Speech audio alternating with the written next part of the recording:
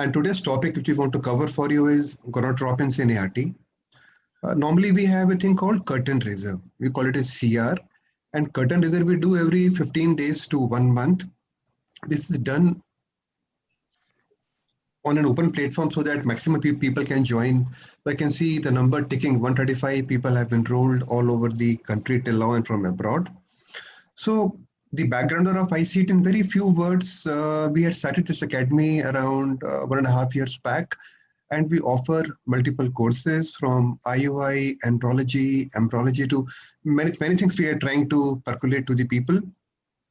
Then at one point of time, we thought of starting with something called curtain raisers, where we raise curtain or something which is very common, but about which we don't want to read, or somehow the knowledge is not there. So our first curtain raiser was on plastics in IVF laboratory. We spoke for around 1 hour on this particular topic. That was a long time back. I mean, we had it on 1st of November last year. Then we had another curtain raiser on microscopes in ART laboratory, about which people are shy to know. Air quality is a burning issue, which we had covered. And then we had on OPU needles, as you can see on the screen. We had a curtain raiser on embryo transfer catheters. We had one on IUI. And then we had one on ultrasound. And today we are on gonadotropins, a topic which is very dear to us. We normally have around 100 plus people always logging in our webinars. And 145 people are already there. And so we choose our topics which are very important for us, but about which we don't have any clarity. We are always scared to know about them and no one teaches us. The topics which are pharma driven. In case pharma comes and tells you this is a good product, you buy that product. So first of all, before I start the talk today on gonadotropins, what I will cover and what I will not cover. This a pan-world, pan-global curtain raiser will be in 2 parts, depending upon how much interest we are going to generate. Today's curtain raiser is on very basics of gonadotropins, what these are, how they are, how we generate them, how we use them. And as we move ahead towards one more topic, since it's a very important topic, we'll be covering about the utility in the clinical practice in the coming CR next Sunday or next to next Sunday. So I don't work for any pharma. I've just taken a few pictures here to tell you that these all drugs are available to us in the market and many more. Every company is making these products. So these products are basically, they are either urinary or they are recombinant. You have to know that. So either they come from urine or they come from recombinant, which we generate in the laboratories on a Chinese hamster ovary, or we can use some bacteria or some maternal cells and we create some recombinant products. So what are gonadotropins? So, and why are they important? As we look when we look at the IVF utilization in the coming decade, I always bring out this figure that we have around 40,000 gynecologists in the country who are doing some sort of infertility work. Out of these, nearly all of you are using gonadotropins, but many of you are scared to use gonadotropins. Not only you. When we have our classes for countries like Myanmar, Philippines, and other Thailand, even there people are scared of using gonadotropins. डरते हैं how to use them. So I picked up this topic this time. So look at some data. 2 lakh IVF cycles were done in 2019. Around 5.5 are expected to be done in 2025. Neither we have those number of clinicians ready. Neither we have so many embryologists ready, neither probably the whole country will be ready for this. We are fighting this big pandemic on COVID. Just remember that we need around 2,500 units of gonadotropins, HMG or FSH, whatever you want to use, per cycle. And we'll be requiring it for 5.5 lakh cases per year. It's a huge amount. So many drugs, where to buy, how to generate, how to create, which one is better. So this is Pandora's box because everybody will be making it in some time. And so today I wanted to share with you how drugs are being made and how do they work. Now you may say, how to IVF nahi karte hain? I basically do IUI. I'm still using clomiphene. But just remember that gradually, as we understand that in an IUI cycle, when we use gonadotropins, we are touching Pregnancy rate of around 13 to 14%.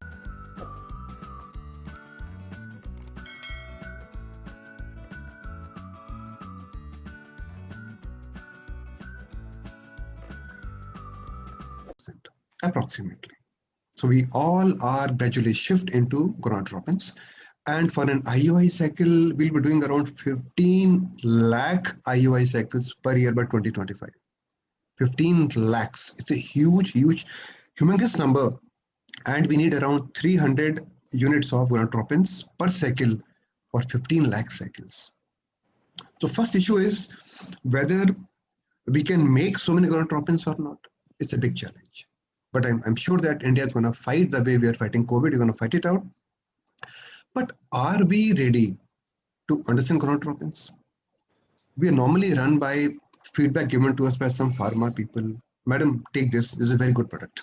This has got a more sialic acid content. This has got a longer alpha chain or a beta chain.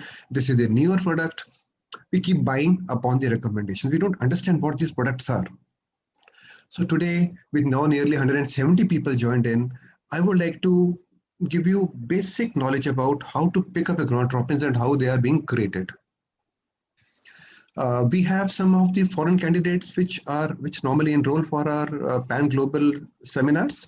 And in case I go to my Matru Bhasha, meanwhile, sometimes, please, I beg forgiveness. Now, brass tacks. What is important? We have to understand that 1 unit of HMG, that is 75 units, we need 3 liters of urine. Means that in case we collect urine of a menopausal woman, 3 liters of it, then we'll be able to make 175 unit vial of HMG. इसके बारे में सोचिए.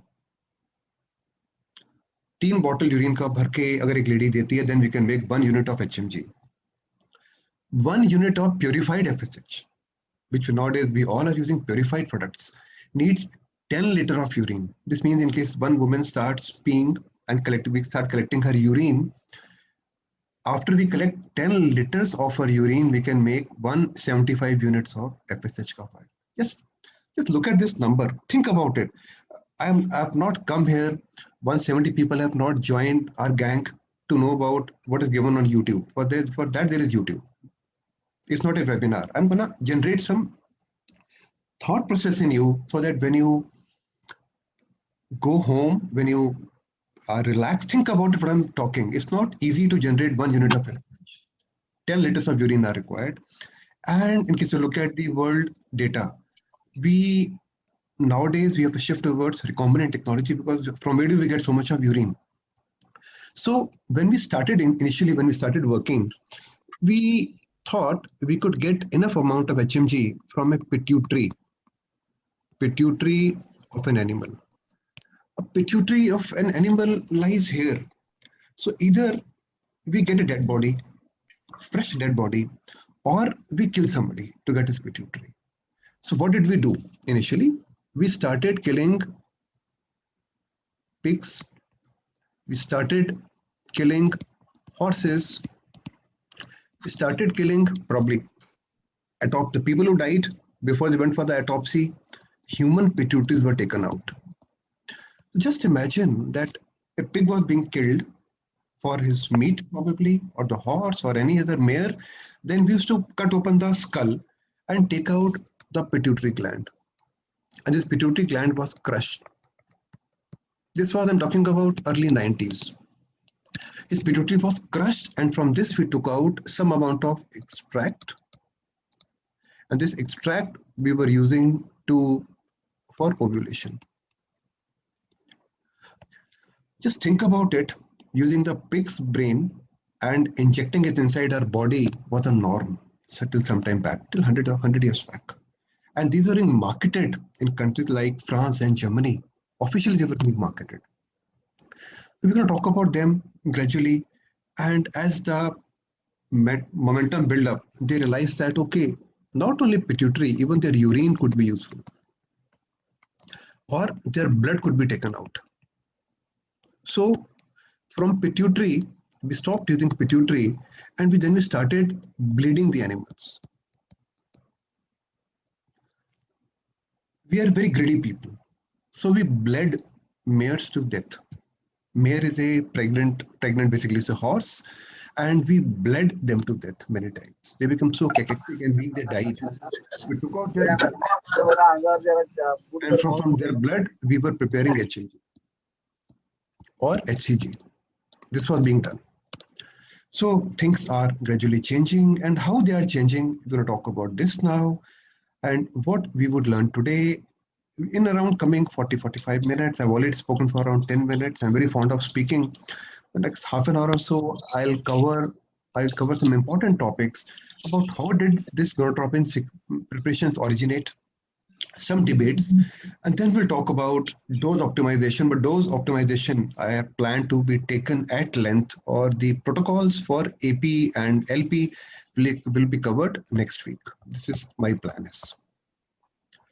So teaching a person in the morning when the time for having some chana bhuturas or having some good caloric diet on a Sunday, or attending to the patients.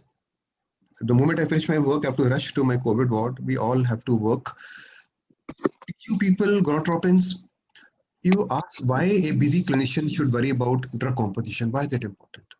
It's the job of the pharmaceutical company. It's the job of a pharmacist. I'll only write and get my product. This is not the right thing to do. Whenever we write a drug, we have to know about that. I always tell people to go to this book. This book is called Book by Gardner. It's a wonderful book. And I'm sure that once you read this book, you get a lot of idea about gonadotropins. In case you don't have this book, write in the chat box, write in the group which we have created for you, and we'll send you an e-copy of this book. Then another beautiful document which was created by Indian Fertility Society. This is on gonadotropins in ART. This is available from the website. You can take it. Now, when we look at this database, we find that there are certain protocols which we use when we are doing management of infertility cases. So these blue ones are the vials of gonadotropins. Huge number of them they are taken. Sometimes we are, what we are seeing here is the agonist, about which we'll talk sometime later. And here we have the drug called,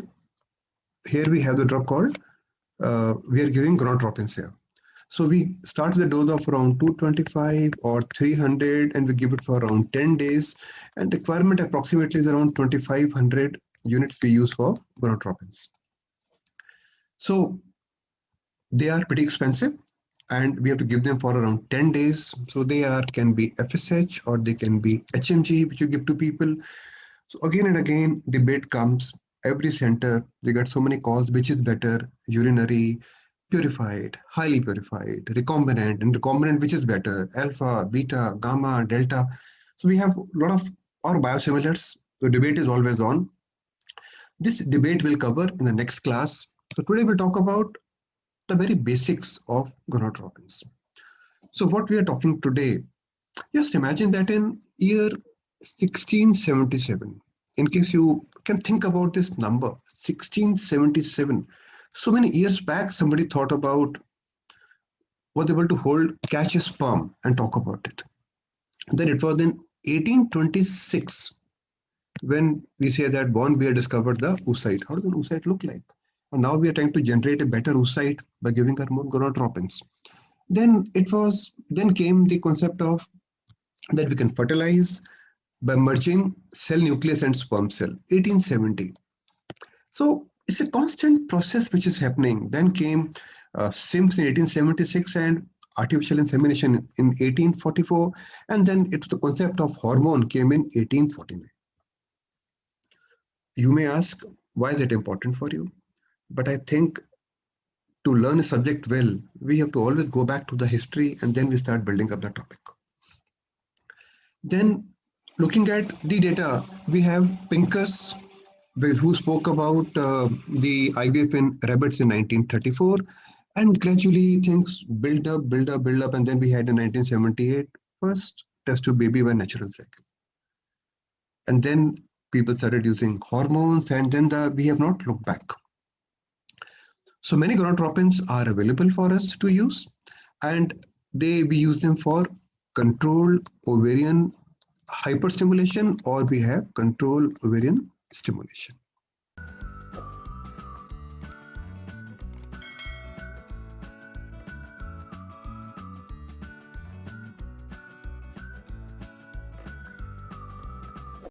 So there are two terms. We have ovulation induction. Here we basically try to use something like letroz or clomiphene. And then we have thing called ovarian stimulation, where we stimulate to get a hyper response, or we try to get many multifollicular recruitment. So when we go in for multiple follicular recruitment, we call it MFR, then we talk about ovarian stimulation. And whenever you want to do this, we have to use some sort of HMG. How well it is purified depends upon the technology, but HMG is required. Now, all these HMGs which are available to us, clean or unclean, urinary, purified or highly purified, they are normally packed either in 75 units, or they are packed in 150 units, or they may be packed in 300 units preparation. We have multi-dose which come in 1200. We have multi-dose coming in 900. They come with a cartridge, a needle, and these will learn as we move ahead. So important thing you all have to learn is that the urinary preparation of HMG started very early, and it contained FSH and LH. So then we thought it is quite impure and it contains a lot of proteins. And we also realized that only FSH is important at some point of time, and later in the second half we need LH. So we thought how to separate them. To separate them, techniques were utilized, and then we had a purified FSH which was with minimal LH, and then we have highly purified FSH. But again, the requirement of the urine, as I've told you the number, so many days a lady has to collect her urine to make one vial of 75. So it was a mind-boggling number, and what to do, where we get like putting in money, swiping a card and getting the money from an ATM. So it was decided to go in for a recombinant technology. Recombinant technology initially was started making these gonadotropins from E. coli. Like all researches are being done in E. coli. E. coli was used, but later on plasmid vectors and everything didn't work out here. And then we shifted to Chinese hamster ovary. We call it CHO cell line. And from there, still we are making our recombinant DNA technology is being used. And initially when we started, we only thought about, we wanted to make HMG. But then we realized that FSH and LH should be made separately. We have to make HCG separately. So we started making recombinant FSH separately and LH separately and HCG separately. And then we thought, why not combine FSH and LH recombinant? So now even that was prepared by the recombinant technology. Now I'm very, very sure today the number is around 190. I can't see all of you on the screen, but I'm sure that you all are very good friends and you're all very senior gynecologists present here. I could just see a glimpse of Dr. Vanita Das. I think we'll talk to her for a few minutes in case Madam is around about her experience. Anybody can speak after the class is over. Initially, it was in 1927. It was found that pituitary hormones were controlling the ovarian function. It's a big discovery actually we had. And this is all European. I see there are always two eras. Whenever we work, there are two eras. We have one era where we have Chinese people coming in. I always appreciate Chinese in one way, that whatever we think of, they would have done it around 30 years back. Chinese people, ancient Chinese, they were very fond of making fertility drugs. And you will be knowing that still they have a lot of herbs which they use for fertility enhancement. They were the ones who started the work long time back. And then came the European people. The Europeans started working on this. And then this is the data from the European. Chinese work was not well documented. I'll talk about it. It was all European data coming up. And then they decided that what we'll do is that we will purify the pituitary and urine and get gonadotropins from there.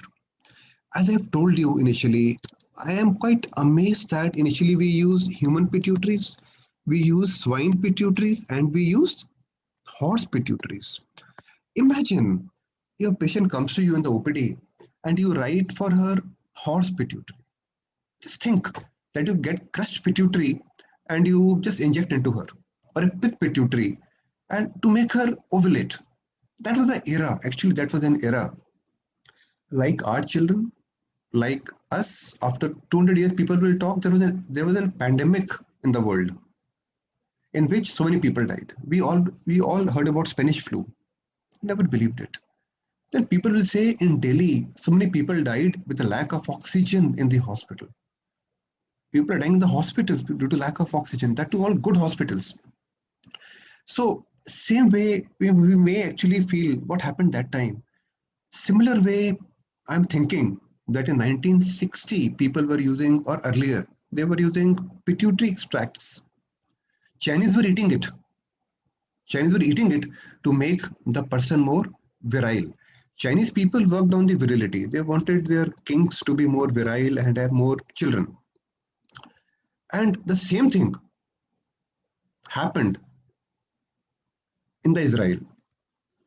When to have more children, they actually invented HMG. We'll come to this very soon. Things were going on, and in 1960s came clomiphene citrate. Our favorite drug, still till now, pumping people. Then in 1966, that's my year of birth, they started combining clomiphene citrate and gonadotropins. And then came in 1970, the radioimmunoassay for measuring the hormone levels. Then came ultrasound, then came releasing hormones. Then by 1990 or 95 came the concept of having recombinant gonadotropins, which we commonly talk as Folisearch, Foligraph. We talk about Gonalep, Ricagon. These are drugs which came in. So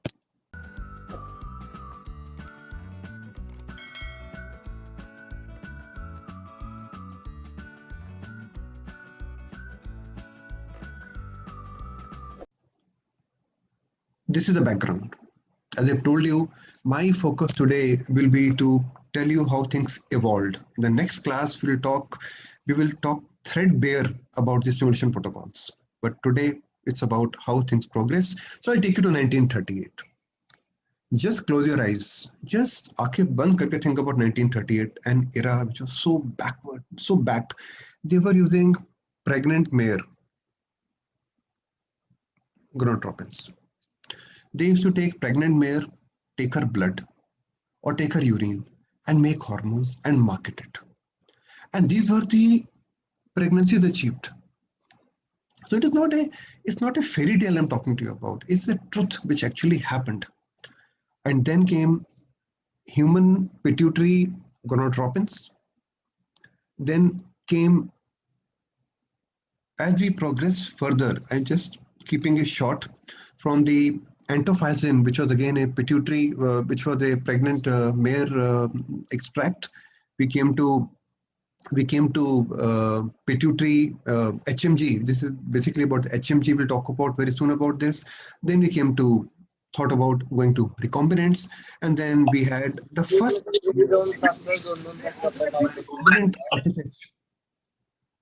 recombinant FSH in around actually formal pregnancies came in 1996 and later. We started marketing it.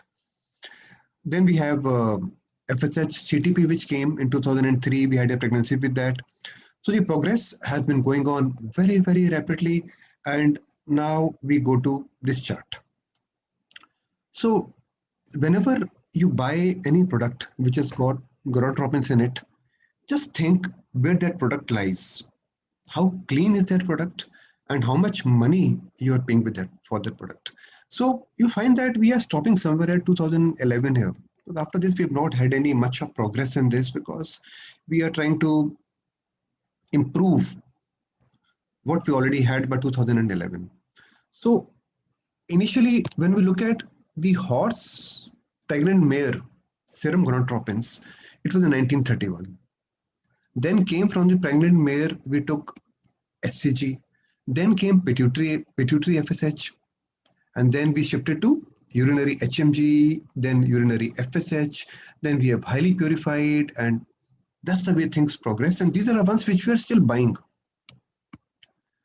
We use a lot of these products today also. Then came recombinant FSH, recombinant LH, and then when we came to LH, we stopped here.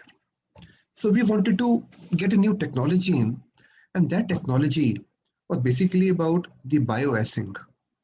This you must understand that the drugs are marketed in two ways. It can be marketed in the terms of plain simple IUIs, and second is filled by mass. When we use a technology called filled by mass, we are very, very sure that in case we buy 75 units, we get 75 units. This is a very highly purified form. So for filled by mass, we are using HPLC technology. Nothing but it is a chromatography technology we use here.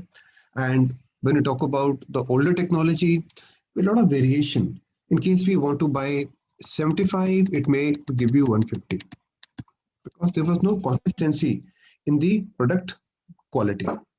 So as the way things were moving, and from intramuscular, we moved to subcutaneous, then we came to injector pens.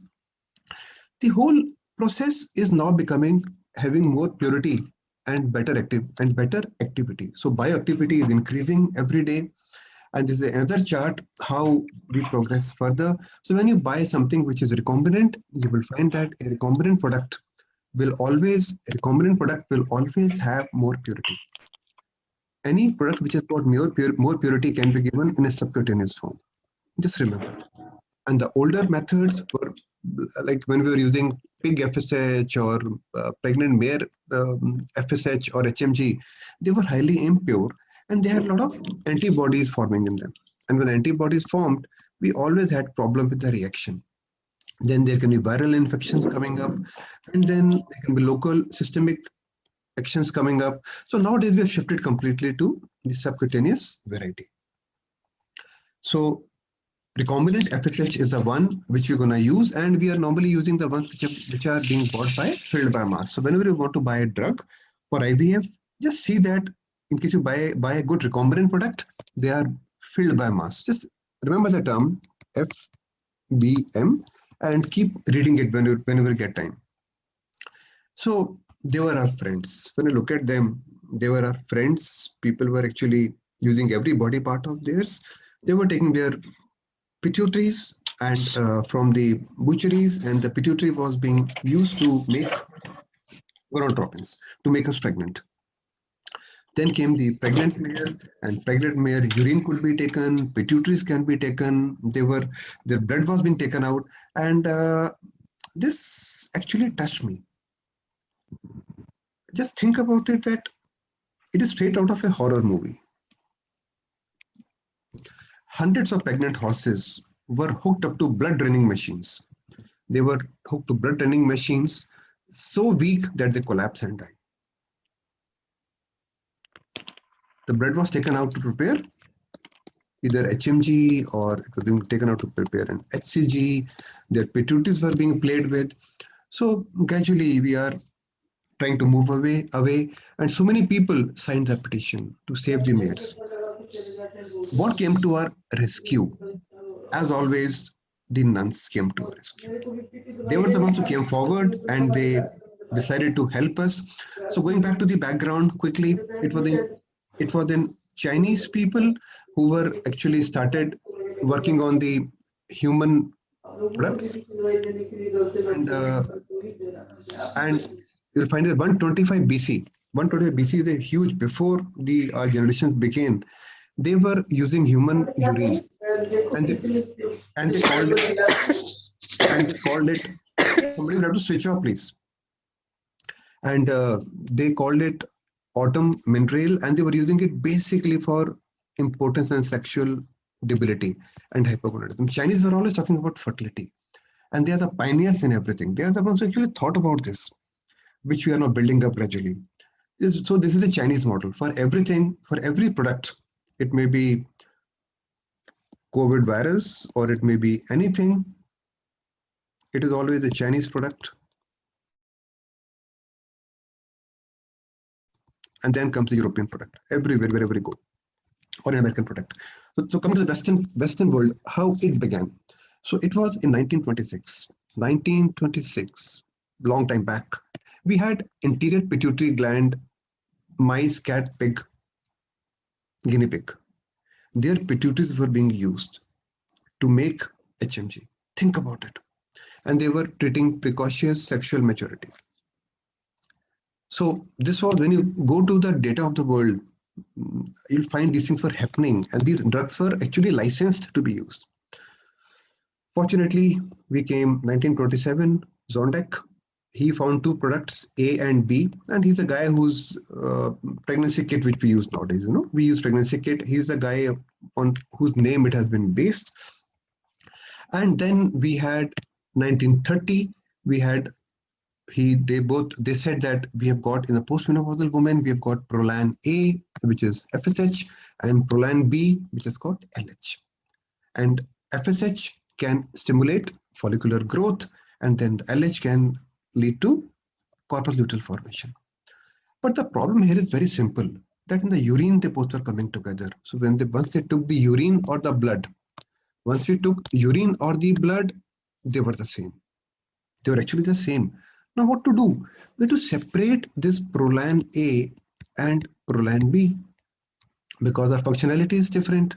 And once we want to separate them, we not only had to separate A and B, there were a lot of proteins. There were more than 20 type of proteins which were there, which had to be separated.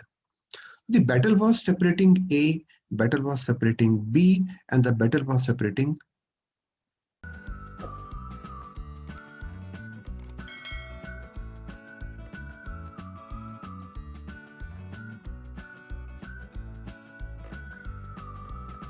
proteins, which can be pretty bad for us.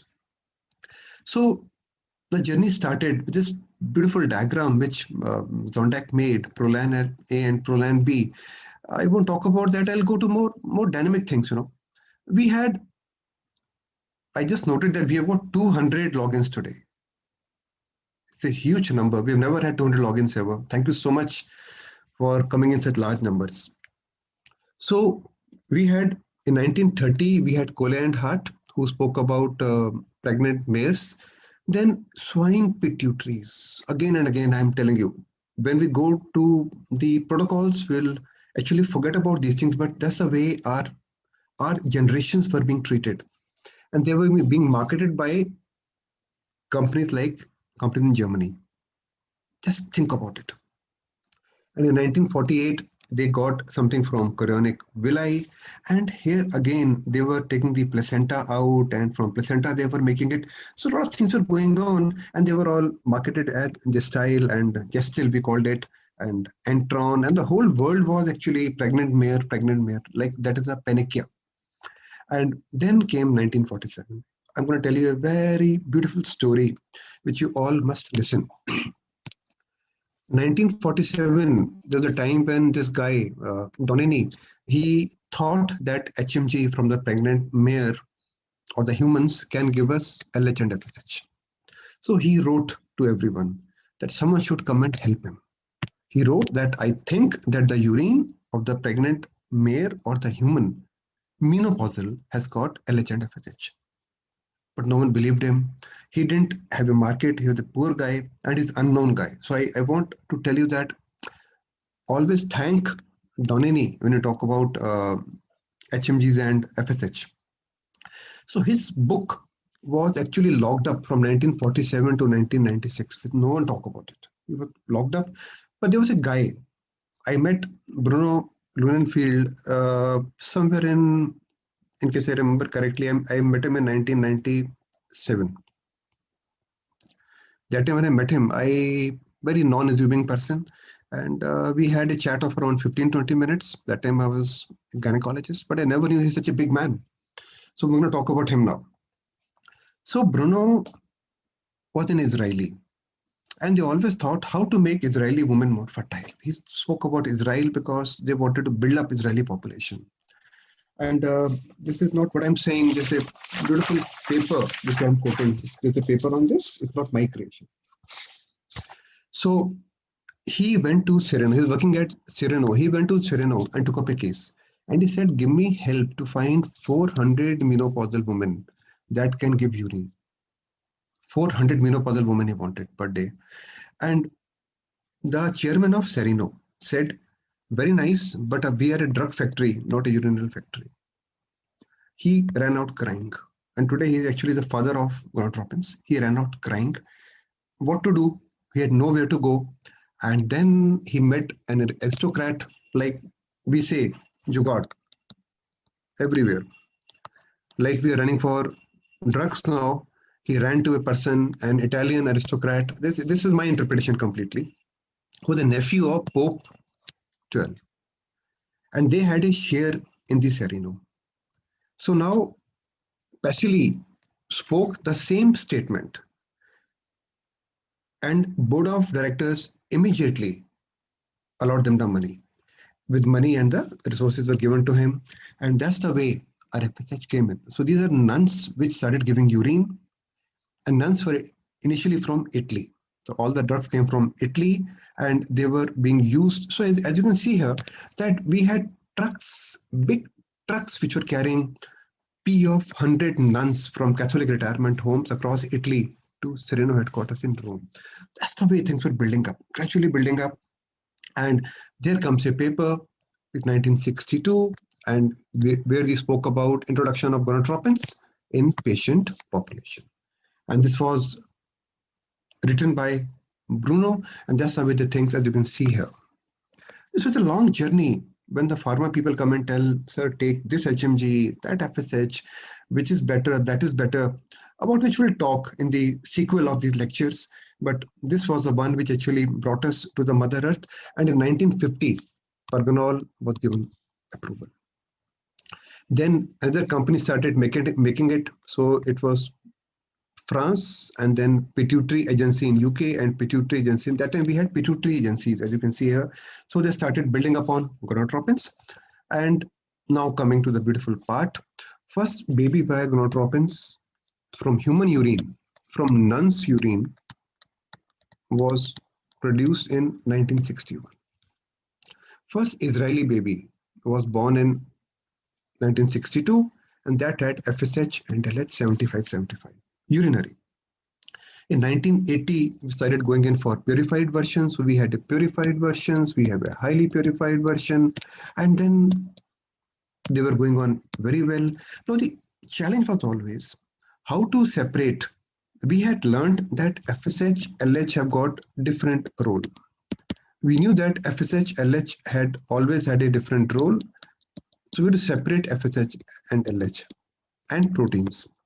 So as we started separating them, we made a purified version and highly purified version. Now, how to separate them?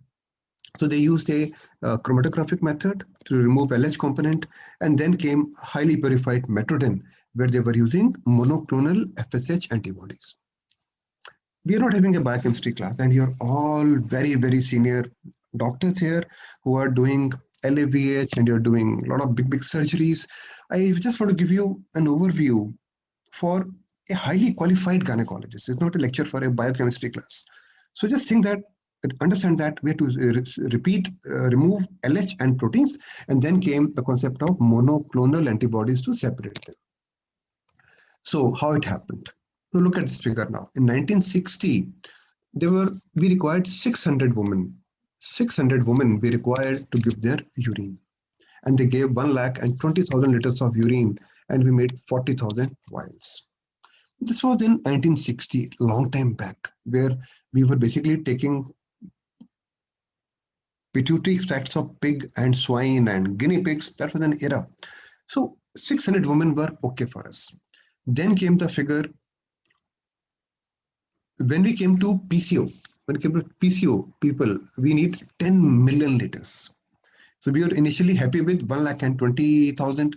Then when PCO came in, we required 10 million liters of urine. Imagine collecting 10 liters, millions of urine from people. And then by the time we thought there's a tubal factor also coming up now. 30 million liters. And then came 𝐿𝐶. And when 𝐿𝐶 came to our life, 70 million liters of urine was required. सोचो 70 million urine liters का चाहिए to treat the male infertility. And as we came to the millennium, where everybody was writing HMG and FSH, 120 million liters. 120 million liters, and 3 liters are probably required to make a small unpurified vial of HMG, and 10 liters for a highly purified HMG. Think about these numbers, mind-boggling numbers. So more than that, collecting urine of 120 million liters. From where will you get so much of urine? Who's going to give the urine? What a big challenge occurring. And then we thought, okay, enough is enough. Let's make it recombinant.